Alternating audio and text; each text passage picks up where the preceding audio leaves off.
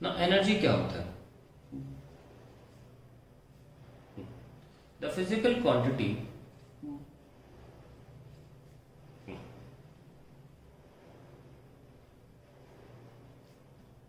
which is transferred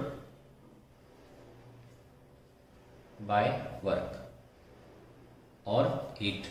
heat की बात नहीं कर रहे पर डेफिनेशन इनकम्प्लीट हो जाएगी. That physical quantity which is transferred by work और हीट. ध्यान रखना, वर्क और हीट दोनों एनर्जी नहीं है. दोनों वो रेडी पटरी है जो एनर्जी को लेके यहां से वहां जाती है. वो गाड़ियां हैं एनर्जी को यहां से वहां ले जाने की.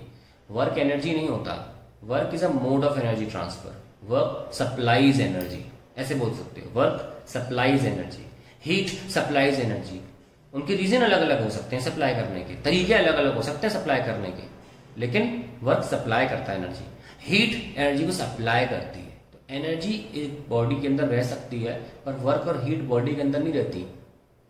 जैसे हम बोलते हैं ना हीट इनसाइड अ बॉडी, ये एब्सोल्युटली रॉन्ग है. बोलना चाहिए energy inside a body. Heat तो ट्रैवल करा रही है, हीट तो धक्का मार रही है एनर्जी. कोई चल यहां से वहां जा, वर्क चले यहां से वहां जाओ एनर्जी, ऐसे. तो वर्क और हीट दोनों मोड ऑफ एनर्जी ट्रांसफर हैं जो सप्लाई करते हैं एनर्जी को यहां से वहां. तो मैं आपको बताया था कि मैं हीट भी एक्सप्लेन कर दूंगा ताकि आपको एक properly final decision, final definition मिल जाए कि वर्क होता क्या है. और वो तो पता चल ही गया होगा, बता देता हूं कि वर्क और हीट दोनों ही मोड ऑफ एनर्जी ट्रांसफर थे. वर्क किस तरीके से एनर्जी ट्रांसफर करता था? मैकेनिकल एफर्ट की दम पर, तो उसका मोड अलग था. और हीट कैसे ट्रांसफर करती है एनर्जी को? ड्यू टू, सुनना, ड्यू टू टेम्परेचर डिफरेंस. तो हीट की डेफिनेशन क्या होगी? Heat is a mode of energy transfer due to temperature difference. Work क्या है? Work is a mode of energy transfer due to mechanical effort. ये बहुत important बात है. ठीक है, तो अब आपको प्रॉपरली वर्क समझ में आ गया होगा. वर्क और हीट सेम नहीं होते हैं. मैंने डायमेंशन एनालिसिस चैप्टर में बोला भी था कि वर्क, हीट और एनर्जीज ये बहुत डिफरेंट टर्म्स हैं. इनको हम बचपन में सेम मानते आए हैं क्योंकि इन सबकी यूनिट जूल है ना. तो अब समझ में आ रहा है कि एनर्जी, वर्क और हीट कितना ज्यादा अंतर है. इनमें इतना अंतर है कि ये तीनों अलग अलग क्वांटिटीज है और इनकी दम पर थर्मोडायनेमिक्स का लॉ बन जाता है ना. तो हम अब आगे देखने वाले एनर्जी क्या चीज होती है. हमने देखा एनर्जी क्या है? The physical quantity which is transferred by which is transferred by work और हीट. एक और बोलते हैं it is the capacity to do work. जैसे कि हमने आपको एग्जांपल दिया था कि आपने खाना खाया और फिर काम किया, तो कैपेसिटी होनी चाहिए ना काम करने की, तो वो एनर्जी से आती, खाना खा के आती. चलिए लिखते हैं टाइप्स ऑफ एनर्जी. अभी हमारे पास 3 प्रकार की एनर्जी होती है. काइनेटिक एनर्जी, दूसरा पोटेंशियल एनर्जी और तीसरा dissipated form of energy. Dissipated form of energy यानी कि जो एनर्जी फ्रिक्शन में वेस्ट हो जाए, एयर में एयर ड्रैग की वजह से वेस्ट हो जाए, जो भी एनर्जी वेस्टेड फॉर्म में होती है उसे हम क्या बोलते हैं? Dissipated form of energy. इसको कभी भी वापस रिट्रीव नहीं कर सकते. We can never retrieve it. जो लॉस हो गया वो हो गया. तो जब भी हम कोई काम करते हैं वो 3 चीजों में बदल सकता है, काइनेटिक में, पोटेंशियल में और डिसिपेटेड में. ध्यान रखना, डिसिपेट में हमेशा बदलेगा. बहुत से सवालों में 90% फिजिक्स में हम डिसिपेटेड फॉर्म ऑफ एनर्जी को नेग्लेक्ट करके काम करते हैं. ठीक है, तो 3 प्रकार की एनर्जी हो गई, काइनेटिक, पोटेंशियल और dissipated form of energy.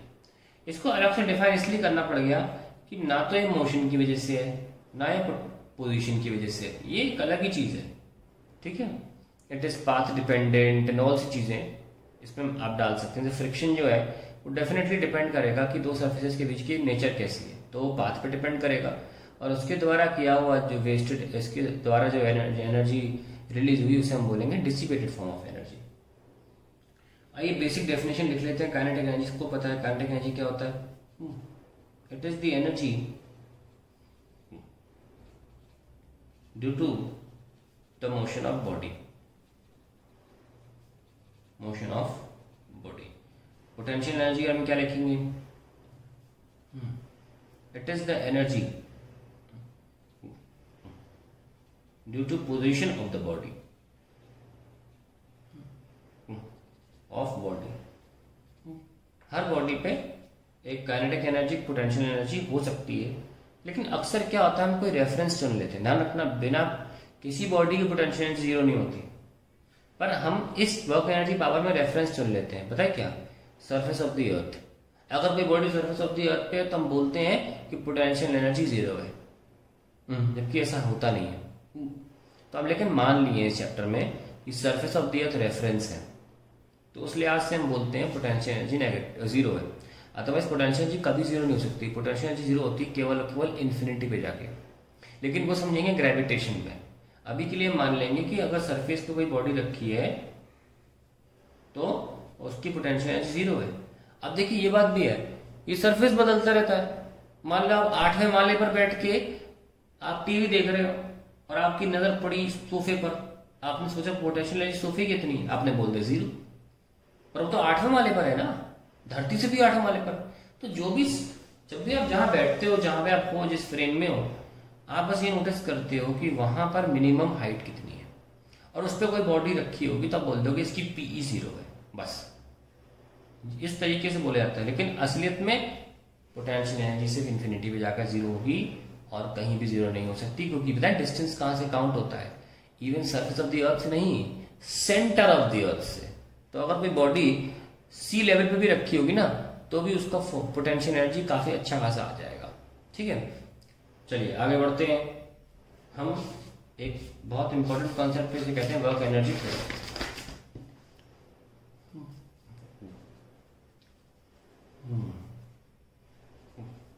Work energy theorem.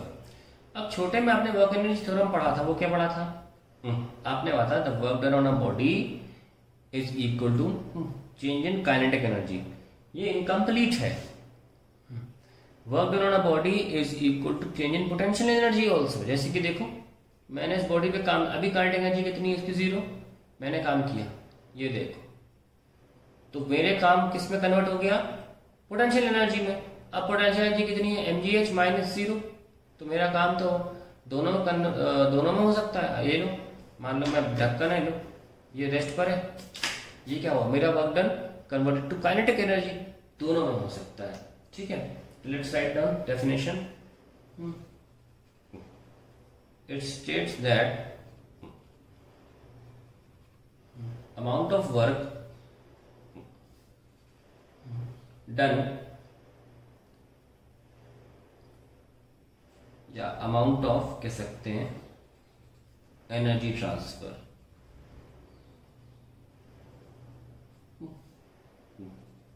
Is equal to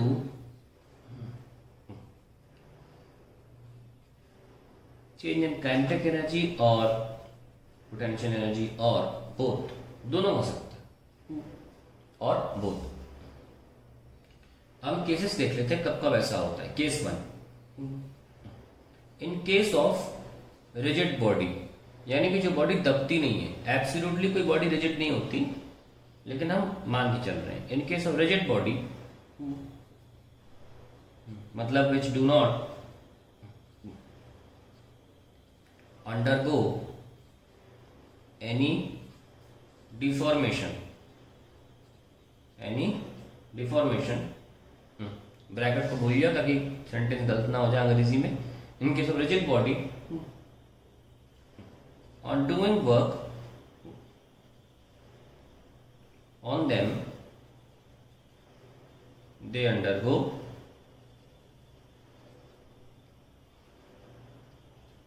displacement and not deformation। तो जैसे कि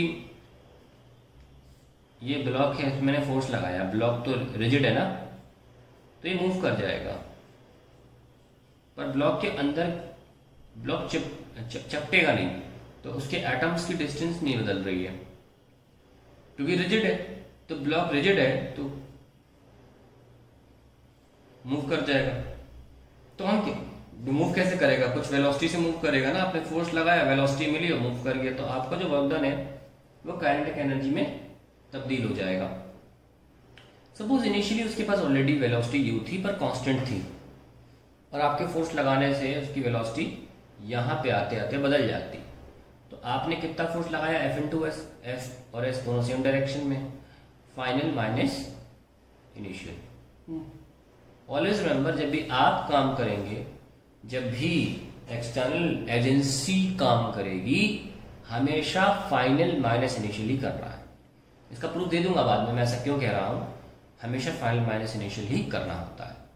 इसको एग्जैक्टली हम बताएंगे ताकि ग्रेविटेशन में, लेकिन अभी के लिए आप जान लीजिए कि वर्क डन बाय यू या work done by external agency is always final minus initial. कौन फाइनल है यहाँ पे इस वक्त, एनर्जी। तो final kinetic energy minus initial kinetic energy, ये हमारा वर्क डन हो जाता है, convert into change in kinetic energy.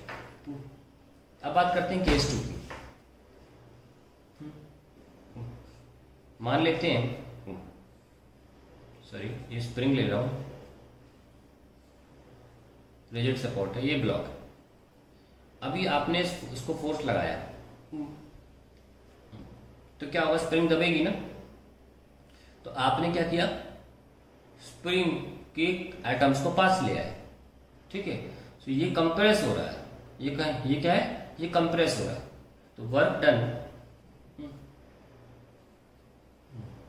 Has converted to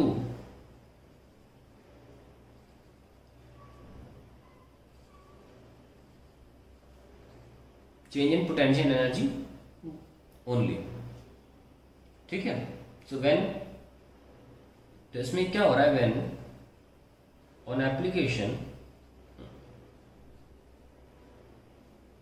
of a force, a body undergoes deformation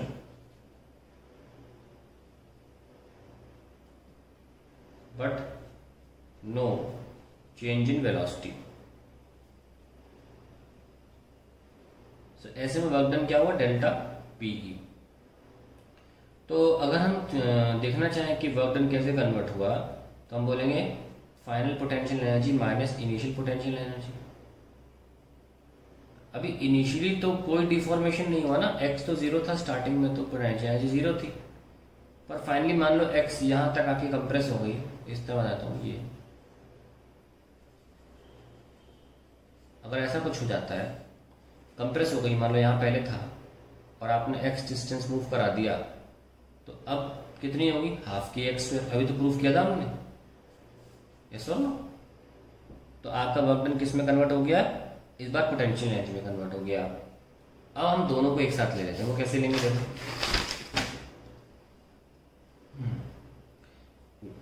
मान लीजिए ये स्प्रिंग है, इस पे फोर्स लगा रहा हूं और इसको फ्री छोड़ रखा है, ये मूव कर सकता है। तो क्या होगा, जो वर्क डन है वो स्प्रिंग को दबाएगा तो पोटेंशियल एनर्जी भी चेंज होगा, फिर इनको स्पीड देगा तो काइनेटिक एनर्जी का भी चेंज के बराबर होगा। तो हम ये बोल सकते हैं, स्टार्टिंग में तो कंप्रेस थी नहीं, तो इसका तो केवल हाफ की एक्स स्क्वायर आ जाएगा, इसका आएगा half m v square minus m u square. Even ये पहले किसी स्पीड से मूव कर रहा था, अब बाद में कंप्रेस हो गई और अब किसी और स्पीड से मूव कर रहा है, तो ये फाइनली ऐसे आप वर्क डन निकालोगे। ऐसे डिफरेंट केसेस आ सकते हैं, है ना। तो वर्क डन सिर्फ काइनेटिक एनर्जी का डिफरेंस नहीं था, it was also potential energy change, it was also both at the same time. हम एक इंपॉर्टेंट कॉन्सेप्ट पढ़ने जा रहे हैं इसके बाद, वेरी इंपॉर्टेंट, दैट इज, सबने सुना होगा ये, law of conservation of energy. और समझ लीजिए पूरा चैप्टर इसी पे टिका हुआ है। It states that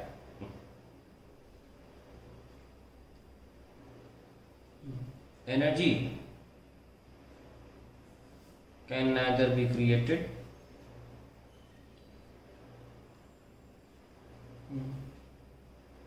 nor destroyed, it only can be converted in one from लिख लो, from one form to another. ये हमारा law of conservation of energy है कि आप कभी भी एनर्जी को क्रिएट नहीं करते हैं, खत्म नहीं करते हैं, आप एक फॉर्म से दूसरे फॉर्म में चेंज कर देते हैं। ठीक है। नाउ